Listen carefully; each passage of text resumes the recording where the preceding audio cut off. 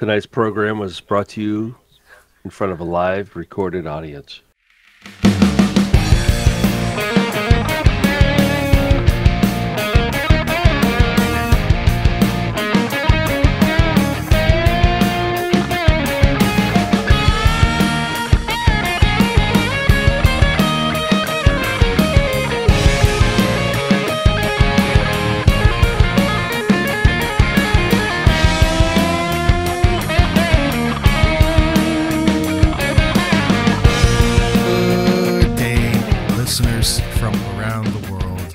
This is your host, James Jordan, coming at you for yet another edition of the Wide World of Motorsports radio podcast. We are syndicated on the FM dial on CFMH 107.3 local FM in St. John, New Brunswick. We are also on the Performance Motorsports Network. You can check that out on your smart device or on the World Wide Web. Our episodes from the past and the future will all be on demand on wherever you get your podcasts, like Spotify. Also, be sure to check us out on social media on Facebook, X, Instagram, and YouTube at the WWOMS. If you want to come on the show, help host the show, sponsor with us, or you just want to give us some love, email us at wideworldofmotorsports@gmail.com. This is episode 29 of season 7, recorded to you for the week of July 28th, 2024. On this episode, we will present to you our first ever Coast to Coast special. In this episode, we'll be joined by the Wide World of Motorsports co-hosts Michael Wallace and Damon J. Sawyer for our first ever Coast to Coast special. We spoke with NASCAR Canada Series drivers Danny Chisholm and Jamie Krzysik. We spoke to them following their races in Newfoundland, Nova Scotia, Saskatchewan, and Alberta. We are here in the Wide World of Motorsports, and we've got a special guest with us tonight. And we've got, from the Maritimes, just came off one of his best finish in his second NASCAR Canada Series start out in Edmonton. We've got Danny Chisholm tonight. Danny, thank you so much for joining us here. Well, thank you guys for having me. Oh, absolutely. So we'll kind of get right in and find out who Danny Chisholm is here for the fans. So kind of take us back to the beginning. Is your family have they been in motorsports a long time? Where does it kind of start, and how young were you when you first got into a 4 or 2-wheeled race car? Yeah, so actually, my family has really no backstory or history at all in racing. We kind of just got into it. With me, I started doing some Bandolero racing when I was about 8. And really, I of course grew up driving 4-wheelers and different stuff like that, but didn't really have much racing sense at all. And we kind of just went at it full force and raced Bandoleros for a bunch of years, and then moved up to legend cars and late models, and now we're into NASCAR. So pretty kind of uphill battle, but exciting for me. Okay, yeah. And the fans know there's a few tracks out there in the Maritimes. I'm not as familiar with it, especially being from the US. So what is the motorsports culture out there? And was it a NASCAR race? Was it an IndyCar Formula One? What was the first race that you saw on TV or a local race in person that's that really caught your attention? It's I want to do that.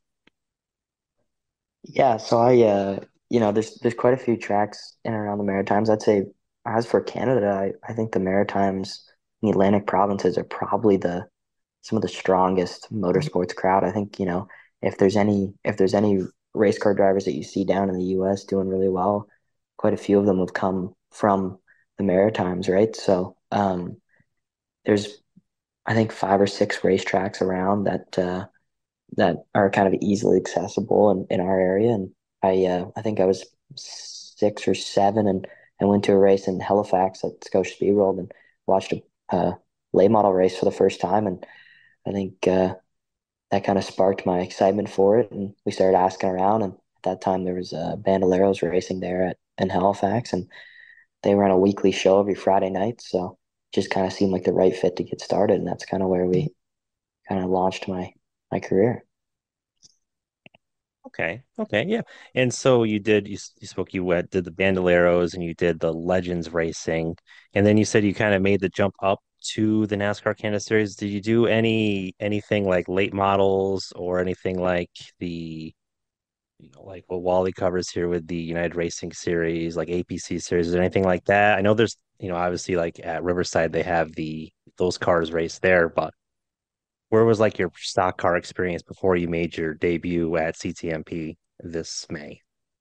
Yeah, so I mostly, most of my experience that I draw from is my legend card racing. I raced legend cards for 3 years pretty like extensively. I think I ran almost 60 shows a year, so quite a few races under my Wow. belt. And I raced, all over North America. We stretched all the way out to Las Vegas. I raced in Florida, Nashville, Tennessee, a bunch in the southern, like up through the southern U.S. states and up the eastern coastline there and stuff. So did a lot of racing in a legend car. And truly, I think that's probably the most driver's car there is out there. I mean, anyone who's, I think they post the U.S. Legend Car Series post, U.S. Legend Cars alumni when they win. And I think the start of the season, I think it was like 6 out of 6 truck races were won by a Legend Car driver and stuff like that. So, that was really the series that gave me all my skills, I would say. And it was actually just last year that I ran my first late model race. I ran 4 races last year. And I think I got third in my first ever race. And then we had some mechanical troubles and some other ones, and just missed the ball on a couple of them as well. But then this year I ran a couple more late model races. I ran one in Halifax, which we led I think the first 50 or so and had a flat tire. And then the second race there was at Riverside during the NASCAR Canada weekend, and we ended up winning. So I won in my sixth start in a late model. And that's about it from my late model experience. I haven't gone down south and raced them at all or done anything really super extensive in that class. I've been racing for a race team and kind of not on our own. So that limits, how much racing I can do and stuff. Okay. Yeah, so it's quite a big jump then to go from, you know, 4 late model starts to, the premier stock car division in Canada. So where did the decision come to decide, we're going to make the jump right to that? And what made the decision to partner with White Motorsports, and how did like the Jana King sponsorship and all that come about? I know it's like a 3-part question, so kind of, you know, what made you decide we'll start with go to NASCAR Canada as opposed to, like some APC races or anything in Ontario, then, how the deal came together for that CTMP race.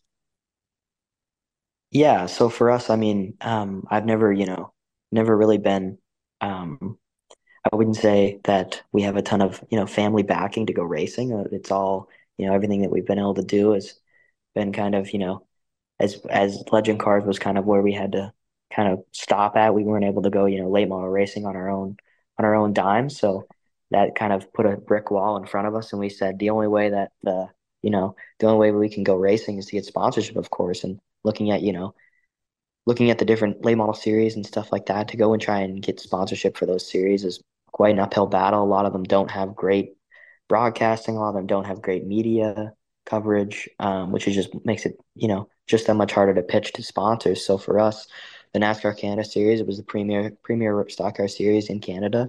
It's on TSN. It's well covered, very well covered. It's very professional. Way, way, way easier to pitch to a, you know, corporation or a sponsorship group that would want to come on board. So for us, that kind of was the reason why we pinpointed it. And we got to run some late model races, so that gave me the confidence and kind of the ability to go to teams and say like, look at my accomplishments, look what I've been able to do. And then we went, of course, and went out and got sponsorship so we can make it happen. So um yeah, so it was pretty much, and the Janny King deal was, they're a company that is, I think they own over 800 franchises across Canada, an extremely, large company, and they're also in the US as well, but their Canada branch has been growing quite a bit as of recently, and they're kind of main, I think, where they're originally based out of in Canada is very close to my home, so we knew some of the people that worked in that area and worked, higher up in King Canada, and we got in discussions with them, and they were extremely excited to be a part of this and help me, further my racing goals and wanted to get media coverage, of course. And I think we did a great job at doing that for them and showed kind of what racing can do for a large corporation like them. And you know, extremely excited. Hopefully, further that partnership going forward and do some more races. Yeah, that 19, that really it gave me a lot of Martin Truex Jr. vibes, the whole livery and just the style. So I really thought that car stood out. So the graphic design team did a wonderful job on that. While we're here, Wally, you have anything to kind of bring in with this? Well, you covered quite a bit there. So, you know, you mentioned like other places you could have run and different series you could have run, and that was one of the kind of I wanted to get into a little bit. Like, what does a series like NASCAR Canada offer to a young driver like yourself? You said learned a lot in Legends. I would assume Legends was a little cheaper maybe than running in NASCAR Canada. But what are you hoping to learn? What do you think you will learn, and what does that really offer you to get better? Yeah, I mean, truly the NASCAR Canada Series is it is the premier series in Canada, and honestly, if I were to do any late model racing, at a large scale, it would probably be down in the U.S. So, that comes with an extreme cost as being from Canada, and when looking at the NASCAR Canada Series, it's just you know it really did draw me in. It's a shorter schedule. It's 12 races or so, and it kind of gives you a lower barrier of entry to go get sponsorship and stuff. It still is quite costly, and I think it probably is right there with the numbers that you'd be paying to go run some late model races and stuff. But For sure. the class of drivers in the series is also very mature. If you go run late models, you could be racing against a lot of people that don't have any experience and tearing up a lot of gears. So to be able to race against, a lot of these names like Jason Hathaway and Kevin Lacroix and Alex Tagliani and those guys that I got to battle with, when I was at Canadian Tire, those are all extremely well-rounded drivers, and it was, it truly felt like it was a NASCAR series. It felt like a top class division, Hmm. and that's what we were looking for. We didn't want to, have to go out there and just crash cars all the time and have to get torn up all the time. So it's good to race against guys that race extremely hard, put on good shows, put on good TV, but still race with a little bit of respect, and they're in control of their car, and you're not going to be Hmm. getting cleaned out on the front stretch because some guy missed a shift or something. Right, right. Would your road course experience? I was doing a little digging on you, and that was an oval and road course U.S. Legend Car Series championship you won in 2022. Yeah, so I was the in 2022 I won both the oval and road course Canadian championship. In 2022 I think I finished runner up in oval for, all of North America. We went to Las Vegas and raced for that final race. So Wow. I grew up racing oval.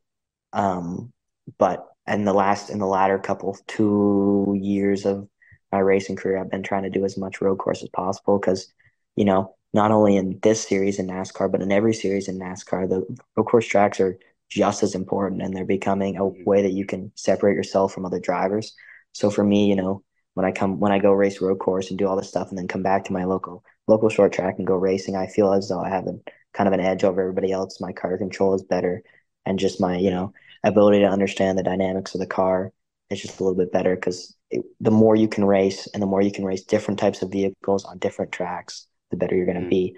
So, showing up there, Canadian Tire, first time in a full bodied car on a road course in my life, and we Hmm. picked it up pretty quick. So it wasn't really, it felt natural. It felt like it was something I'd done a million times before. And I think that just came from all that preparation. So would you say that maybe would you consider like a Connor Zilic approach to your racing career at the very beginning? That's who I'm thinking of, right? Trackhouse Yes. running Trans Am and running everything is kind of looking at a career like that to get the most experience as well. Yeah, I've actually raced against Connor in the past Nice. and know him quite well. And I think that he's truly one of the best race car drivers that I've ever had the pleasure of being around. And honestly, I think that's the best way to go about it. Some of these guys that, grew up racing some sort of local short track oval stuff and then get in a pro late model and spend $1 million a year to go pro late model racing. Yeah, they're probably going to do really well in pro late models and might get a truck ride here or there, but I don't think that they're giving themselves as good of an opportunity to be an overall well-rounded driver. Like, like what Connor's doing. He's running 3 or 4 ARCA races here or there.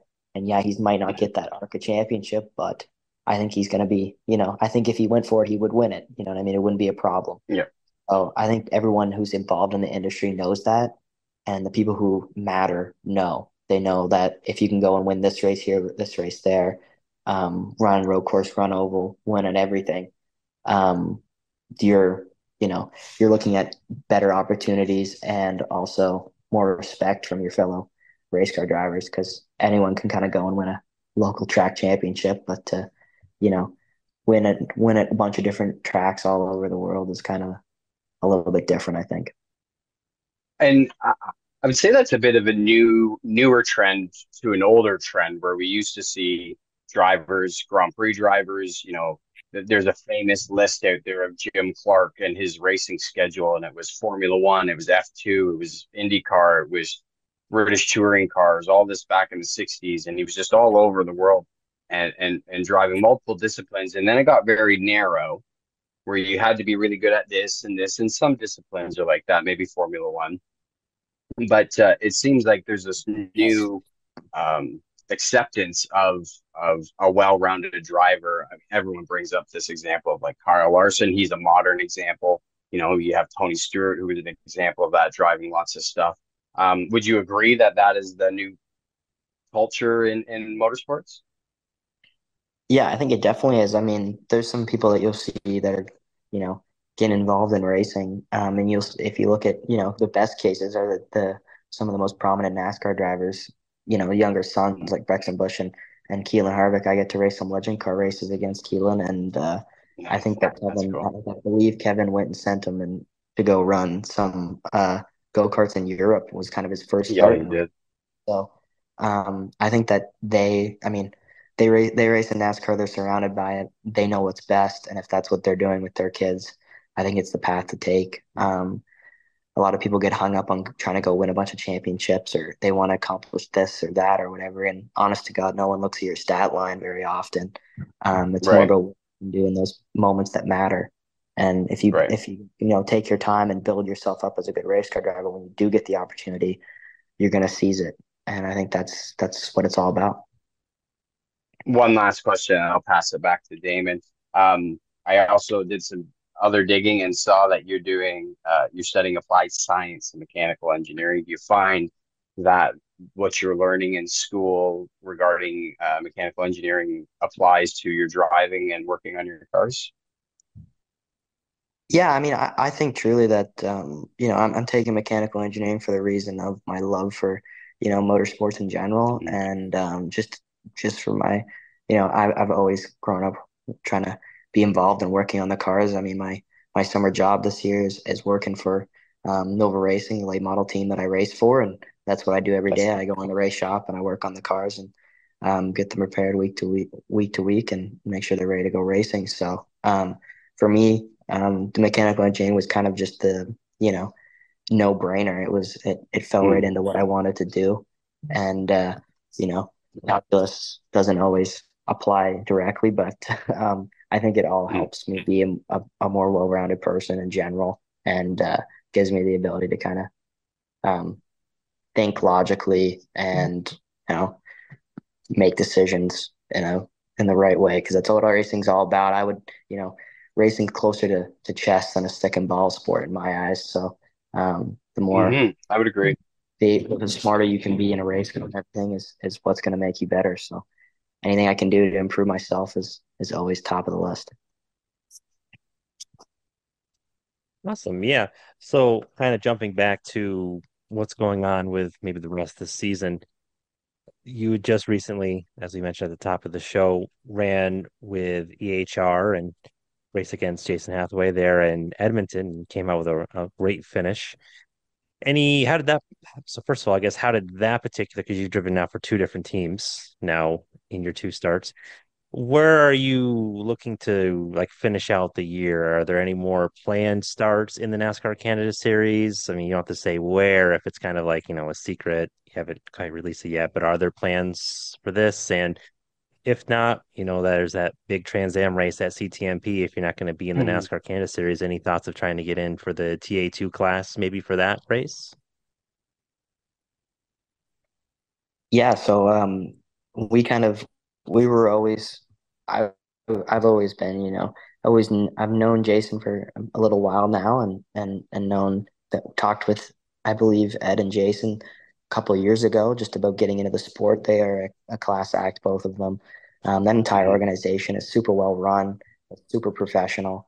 It truly is one of the premier teams in the series. And when I started racing with David and everything. We had really good success and we're really fast, and everything else. And I just kind of they saw that I had some openings and weren't going to be running too many more races this season, and approached me to come run Edmonton in their car. And we had a great run. They gave me an extremely good race car, and I was able to go up there and battle with it. I think give me give me another 10 races under my belt or so, and I think I could have maybe made it even more out of that race car than I did this time. So, that being said, I'm super excited to run some more races with them, and we're actually going to be running Delaware in a couple of weeks here, in the 8 car again. So that's kind of our Awesome. next plan. I believe that'll probably be my last race of this year, and in the NASCAR Canada Series. So we'll look forward to next year, hopefully, and try to put a plan together on coming back and maybe hopefully contending for the championship or something. Just quick question about Delaware. Have you raced at Delaware before, and have you raced at a track similar to Delaware? Yeah, so I've never raced at Delaware before, but I always, once this deal was kind of put together, I knew that I was going to run Edmonton and Delaware, and immediately, of course, pulled up Flow and went back and watched last year's races from both races. That's about the first thing I do is try to watch them. I'll probably watch them again another 2 times before we go there. So it's Right. about kind of like the racetrack and stuff. Edmonton, I knew was going to be a bit of a challenge. I kind of thought, I've raced some smaller tracks before. I'll get the hang of it or whatever. And Mhm. I've definitely raced tracks that are even smaller than that in a legend car, but you shrink the size of the car and you shrink the size of the track, it's all relative, right? So Right. getting up there, the first 30 minutes of practice were definitely an uphill battle. But we caught on pretty quick and throughout the day just made improvements. So with Delaware, it's a little bit bigger of a track. It's probably one of the biggest tracks that I'll run a full body car on yet. I Wow. believe it's a half mile. It's a little bit Yes. bigger than Riverside, which would be the biggest track I've been on. Um, Hmm. so for me, I'm excited to run something like that. I think that it still has the short track feel. It's got tight corners, long straightaways. It Hmm. really doesn't have much of a relationship to any racetrack I've been on before, but Right. neither does it. And Edmonton was totally its own deal. And every racetrack is the same. You just gotta know how to make it all work. So Right. out to the wall in the straightaways and down at the bottom in the corners is usually a good starting. So we'll start with that, and I'll work my You way should from put there. that on write that slogan on a t-shirt and sell it. Danny Chisholm t-shirts. That's a great. I like that line. Sorry, Damon. Go ahead. Oh, that was perfect. So that's actually good, insight on how you train because obviously, being in, NASCAR Canada or whatever, and these tracks they're not on iRacing or there's no like sim time you guys can get. So yeah, going back and studying the footage is kind of, what your options are. And yeah, at the end of the day, every track is like you say is the same. You kind of obviously you got to drive it a little different, but yeah, make sure all four tires are pointing in the right direction at the end of the day. And who knows better than the good drivers out there. So before we wrap up here, you've done a really bang up job of thanking people, but we always like to give you some time to thank, who's helped you get to this part. So who would you like to thank who's gotten Danny Chisholm to where he is today as a NASCAR driver? Yeah, I mean, first of all, I got to, of course, thank my mom and my dad. They've done everything for me. They've been there since the start. They've been there through the ups and downs and always supported me both, in every way they could, coming to every race they can. And never ever wavering. They've always, even in times that I thought that I wasn't going to move forward in racing, they always told me that no, that they had faith in me. I mean, there's a lot of people that are there when you're winning and not there when you're losing, but they've always been there. So they're definitely the first people that I got to thank. Second, I got to thank, of course, the people that are helping me right now. I got to thank the Hathaways, Jason. I got to thank Ed, Jamie, everyone at EHR. They done a great job and helping me, you know, in the last race, and I'm hopefully in the future. They're a great group, and I'm excited to get to race with them at Delaware. I got to thank Donald Chisholm and George Koskulik from Nova Racing. They're great people there who, I work with George every day at the race shop, and he's taught me a lot in the last couple of years on how to work on race cars, what I got to do to be better in the car, and all that stuff. So that means a lot to me. And of course, letting me run that late model has really helped me a lot in just getting some full body experience in race cars. I got to thank Corey Hall, who helped me through all my legend car career. He's been there since Bandolero days, and one of my best friends. And he's truly a class act and has always been there for me. So all these people, racing doesn't happen all by yourself, and it would Mhm. never be possible without them. So get the chance to give them a shout out. It will never repay them for what they've done, but it's always great to mention their names. Awesome. Yeah, It's absolutely. And oh, you go ahead, it's Wally. a relationship sport. No, I was just gonna say it's a relationship sport. I mean, I steal this line from one of the guys from Door Bumper Clear. Racing's a relationship business. Just every so often a race happens. So um, that's cool. It's important to thank the people that help you along the way. And really, it's we've talked about this before on the show about kind of chasing our dreams, like doing this media stuff with racing and whatnot. And there was a time when people would say, "Oh, you'll never do anything in racing," and it's cool that you had parents that were super supportive of you too. That's really important. Yeah, no, for sure. The one word of advice I'd give to anybody is, um, you know, probably at 11, 12 years old, I had people standing up in drivers' meetings at local short tracks saying that nobody here is going to make it to NASCAR. We all just need to Hmm. calm down, not take it so seriously, not worry about it so much. And I've always taken that approach. I'm not the type of person to get super worked up or, be extremely Hmm. stressed out in the race. A lot of guys, people on the team when I was running the 8 car looked at me and said, you getting nervous yet or anything like that? And that nervous has gone away quite a few years ago. So it's all just kind of go That's to good. work and do what I know how to do. So, um, you know, I think that people need to just realize that there's never an end to your dreams, and if you can Mhm. continue pursuing them as many times as people tell you you can't do it, you got to stick with it. So that's my goal, and I'm never going to stop trying. That's some inspiring stuff right there, Danny. I think we could have done a TED talk on that, honestly. That's good. So thank you so much for your time on this, and we wish you the best of luck at Delaware, driving the EHR number 8. So everyone who's listening, make sure you get your tickets to go watch the NASCAR Canada Series at Delaware. Again, thank you so much to our guest, Danny Chisholm. Be rooting you on for the rest of the season. And welcome everybody here to a special presentation of the wide world of motorsports. We've got myself, the American Damon Sawyer, joined by co-host Mike Wally Wallace. And joining us tonight is a very special guest, one of the stars of the NASCAR Canada Series when they go out west. We have with us the driver of the number 46, Jamie Krzysik. Jamie, thank you so much for joining us tonight. Thank you very much for having me. I really appreciate it. So Jamie, we talked about this off air. You're kind of a hard guy to find some information on. So I'm sure the fans who have been watching the NASCAR Canada Series and have seen you compete, in the races out west in Saskatoon and Edmonton, they definitely would like to know more about you. So we'll start from the beginning. How far back does racing go in your family? When did you catch the racing bug if you're kind of like the first generation? And kind of let's detail your path to running in the NASCAR Canada Series. So it started with my dad. Well, actually, I guess that's not even true. Started with my grandpa. He was helping out some friends at the local dirt track way back in the day. And so then my dad was kind of around it as a kid. And then once he got into his teenage years, him and some buddies built a car and they started racing at the local dirt track.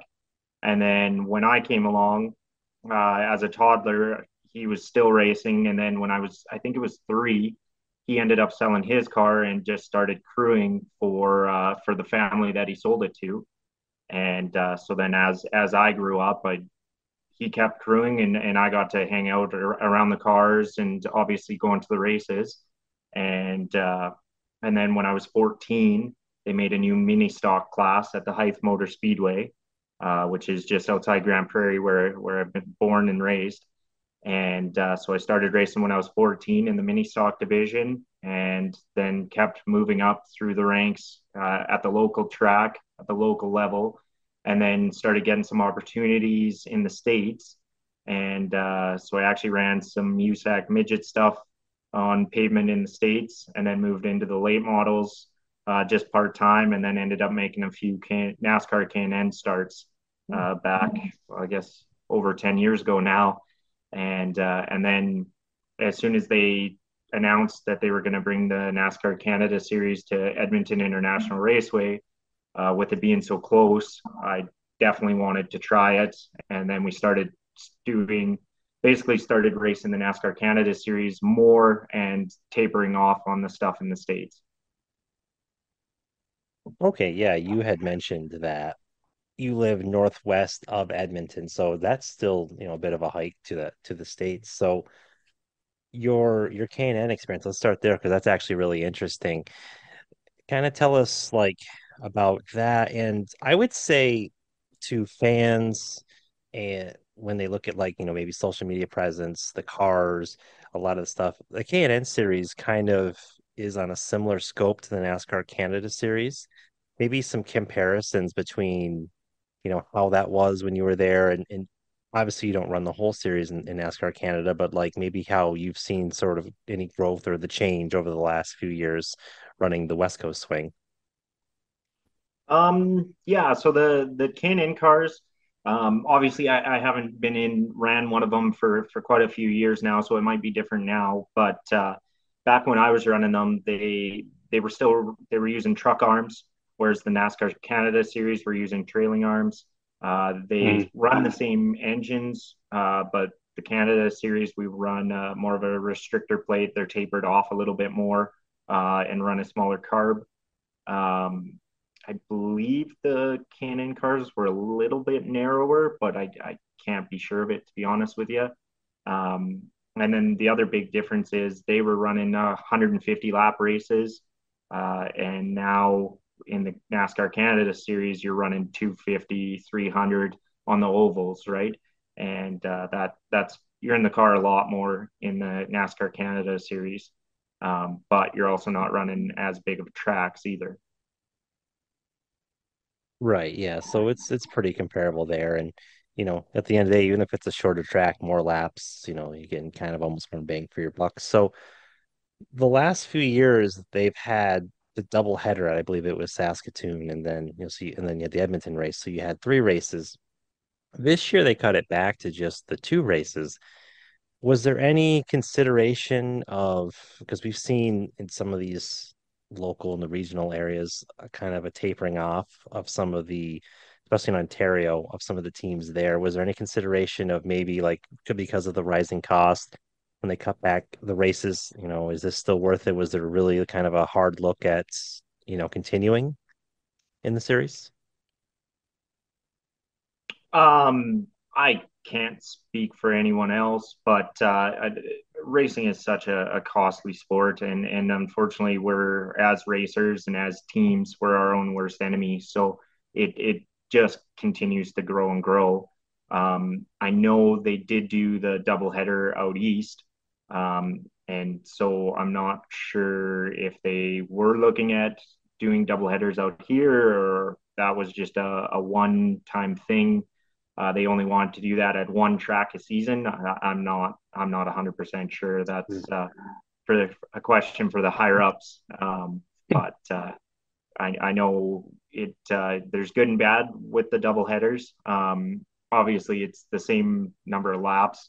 They just split it into two different races. So if you have one bad race, at least you had a chance to redeem yourself for the second race. But at the same time, it doesn't really change it that much for the most part. Usually, where you're going to run is about where you're going to run, right? Yeah, okay, yeah, absolutely. Do you have a question there, Wally? Yeah, actually, I was just kind of the little bit that I did find on you. I found you've been running some IMCA modifieds. Can you talk a bit about those and what those are and where you run those?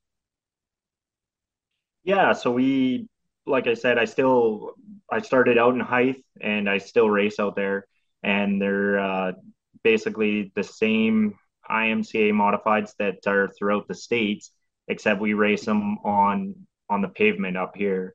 So for the most part, I race in Hythe, and then I do make a few trips down to Edmonton International Raceway there. And then over the years, we've ran at Medicine Hat. I'd really like to take the mod out to Saskatoon if we could try and organize that at one point. Um, but for the most part, it's just in Hythe and then a little bit in Edmonton as well. So is that where kind of your sprint car on asphalt mixes in? Because those are kind of like two things if you hear sprint car, most people don't think of asphalt sprints, they think of dirt sprints. And just this, like when I was looking at them and thought I would have assumed they were run on dirt. Um, how come they run on the asphalt? Is that make it more interesting or is it more fun? Well, for me in the mod, I've never actually ran a sprint car to be honest with you. I ran a midget on the pavement down Midget, in sorry. yeah down in All American in in Roseville, California back in the day. But That's cool. it basically the modified class came up here and they started off as a touring series and they would bounce back and forth between the pavement, the dirt, and kind of had a bunch of different tracks they would hit. And then That's so cool. in the mid I want to say the mid 90s, they changed it from a touring series to each sanctioning track had their own set dates. And then it's your 12 best that go towards the Canadian championship.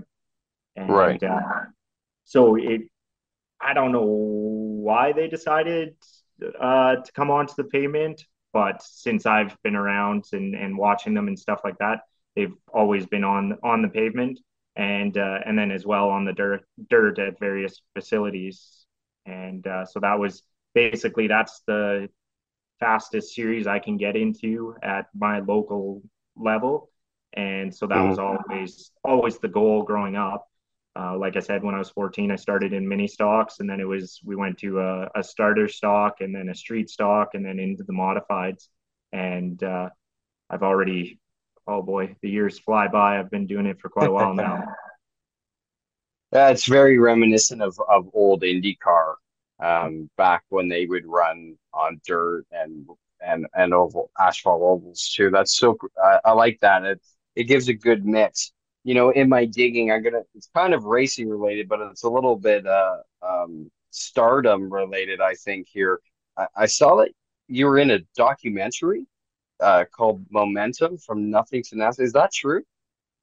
Yeah, yeah. So there a few years ago, some of the local filmmakers in town, they wanted to basically film me, and just have a new challenge, a new adventure, and so for that season, they were taping us at Hythe Motor Speedway at the local level, and then they actually came with us when we were running the NASCAR Canada series and did a bunch of filming there, and And yeah, I think it's still on YouTube. You can find it, and I'm gonna have to. I'm looking it up. I'm watching it tonight. it it was definitely on one hand a different experience, just because you're doing interviews and stuff like that when you normally wouldn't. But then at Mhm. the same time, we were doing the racing anyways. So if that was kind of what I told them, if they wanted to film it, they were more than welcome. I'm not sure it'll be what they want or anything like that.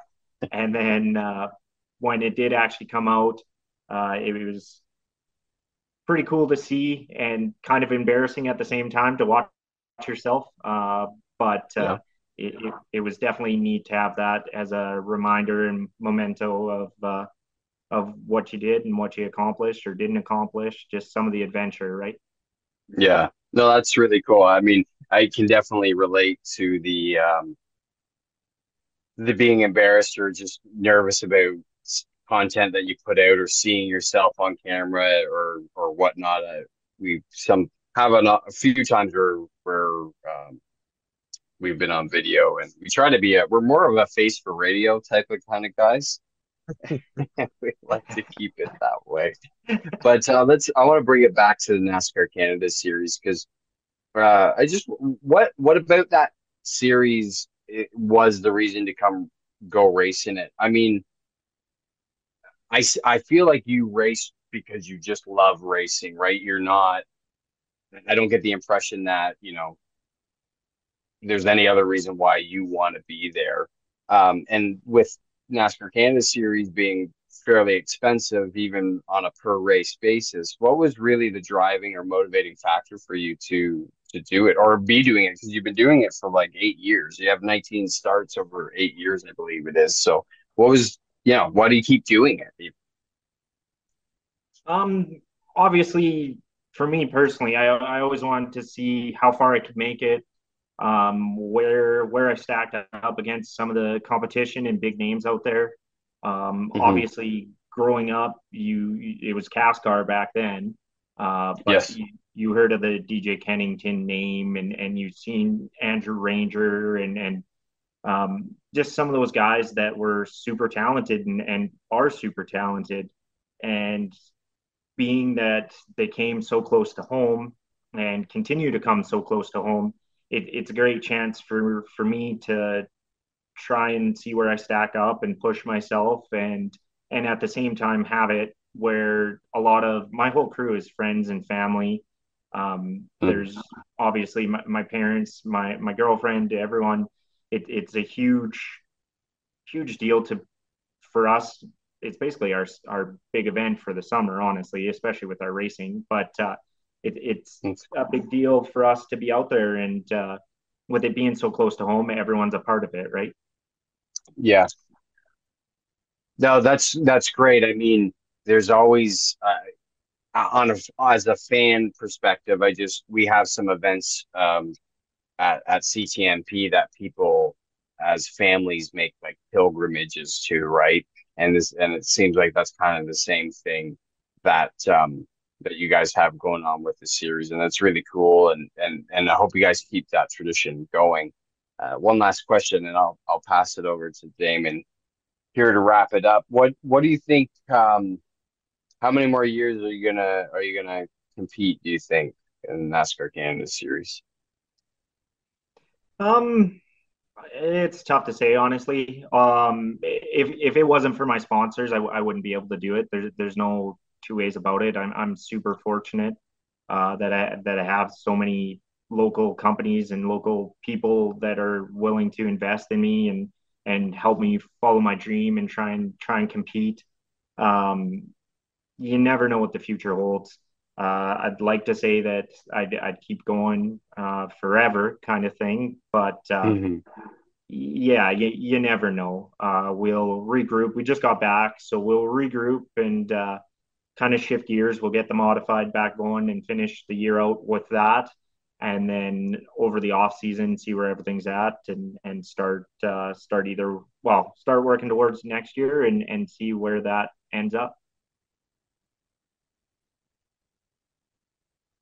Okay, yeah, absolutely. So kind of leading into that, I had a couple questions here.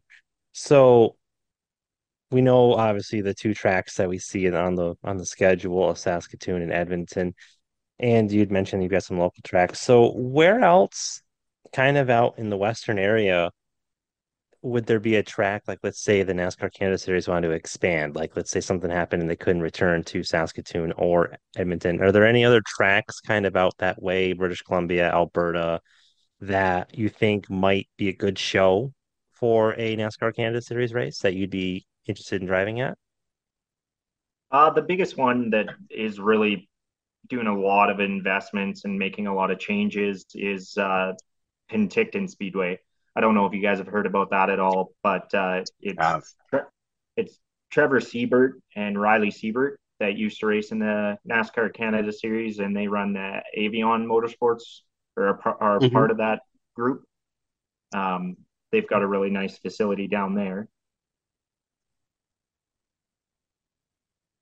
Okay, are there any? I know there was a road course. I believe it was on Victoria Island. It's now since closed down. Are there any road courses out there?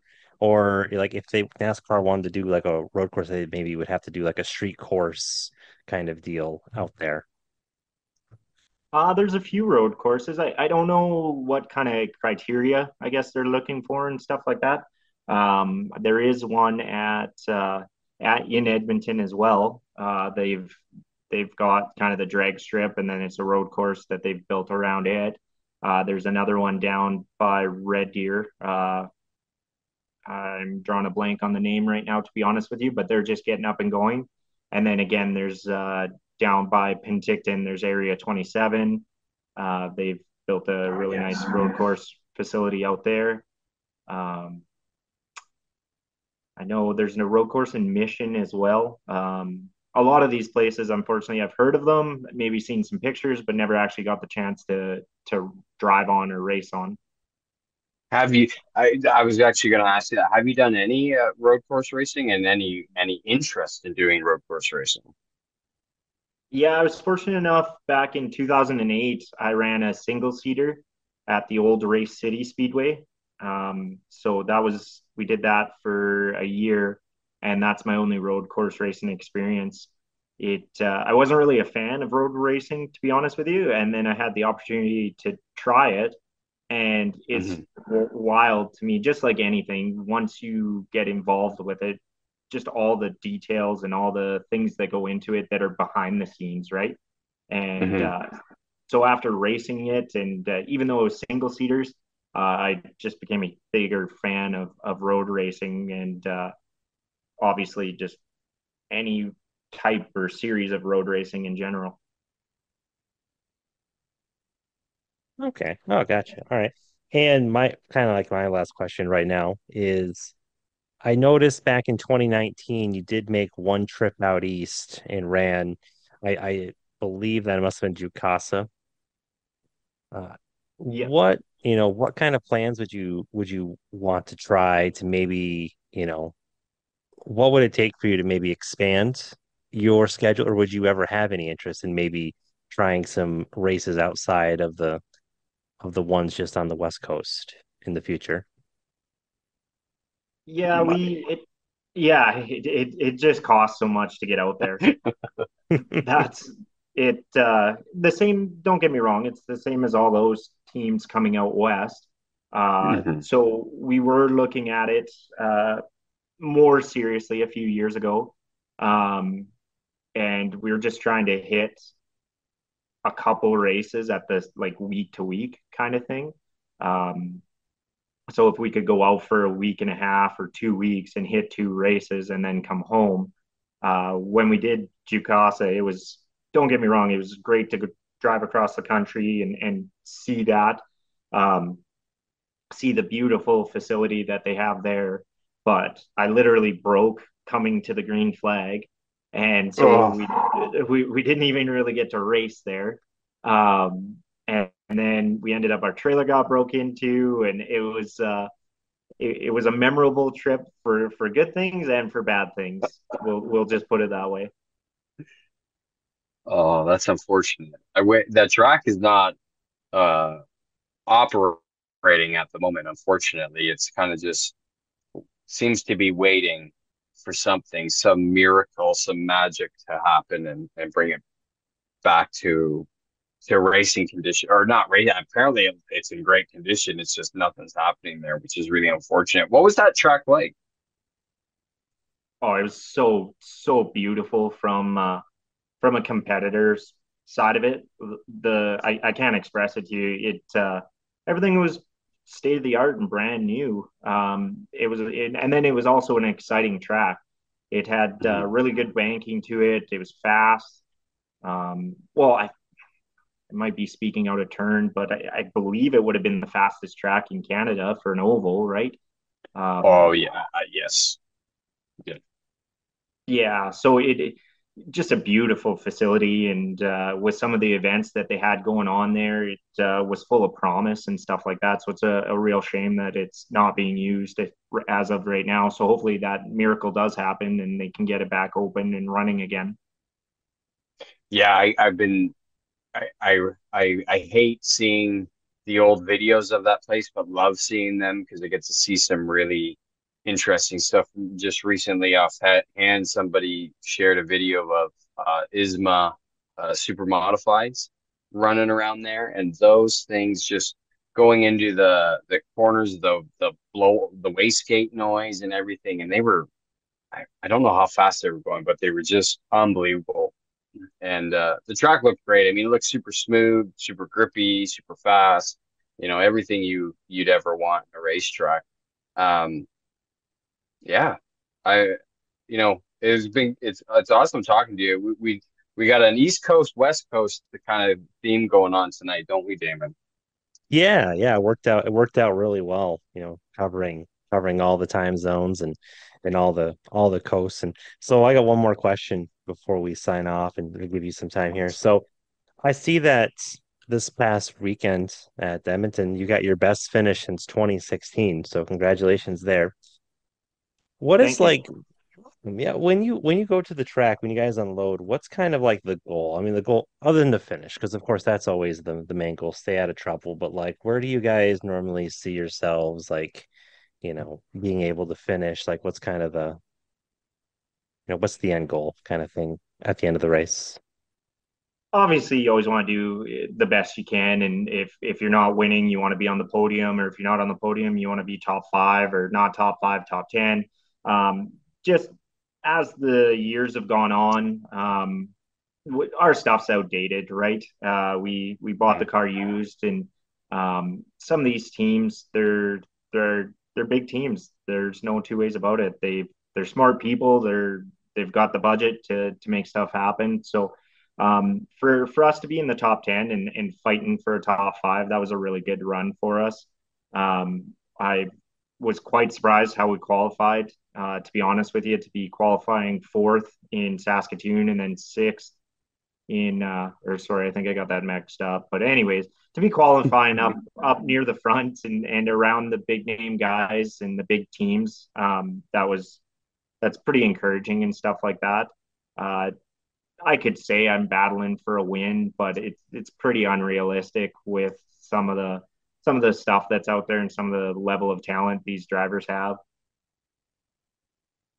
Yeah, I mean, but at the end of the day, it's all about it really about having fun, right? Like, because obviously this isn't your job, this isn't your career per se. This is, just out there to have a good time and, turn some heads. So before we head out, we always like to give our guests the opportunity to thank who's gotten them to where they are. So, and you've done a good job, already kind of thanking your sponsors and your family. But, is there anybody else that you'd like to give a thanks to for getting to where you've gotten so far? Oh, there's so many people. Especially I've been racing, like I said, since I was 14, so it's coming on 20 years now. Um, there's so many friends and family, and I was very fortunate. I did fundraisers in town for quite a few years, and just super fortunate to be from a community where they were willing to help me out and willing to support me. And over the years, I've had so many different sponsors, and we've lost some of those sponsors, lost some of those supporters, unfortunately. But I'm so lucky and so fortunate to have had the support over the years that I've had. and met the amount of people that I have, and to come from a family that's willing to put up with me racing, and they come to the track and they help me get the cars ready, and it just truly a lucky individual to have the amount of support that I do have. Excellent. Well, thank you so much for your time. We appreciate you coming on the show, and thank you again for your time, Jamie.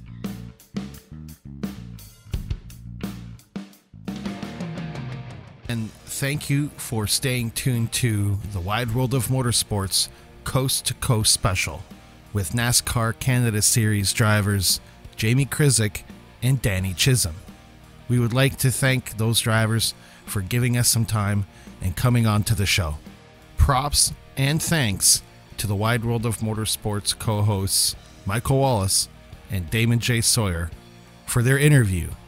Be sure to check out those interviews in its entirety on Facebook, Instagram, X, and YouTube at the WWOMS. While you're there, be sure to check out our page for all of our awesome content, from the track to your community. If you want to come on the show, help host the show, sponsor with us, or just drop us a line, email us at wideworldofmotorsports@gmail.com. We are syndicated on the FM dial on CFMH 107.3 local FM in St. John, New Brunswick. Be sure to visit www.localfm.ca to listen live or for your local listings to the Wide World of Motorsports radio podcast. We are also on the Performance Motorsports Network app on your smart device and on the World Wide Web. And be sure to subscribe to us and listen to our past and future episodes on demand wherever you get your podcasts, like Spotify. Well, we're just about all set for this edition. I am your host, James Jordan. That's just the facts. We'll see y'all around the bend.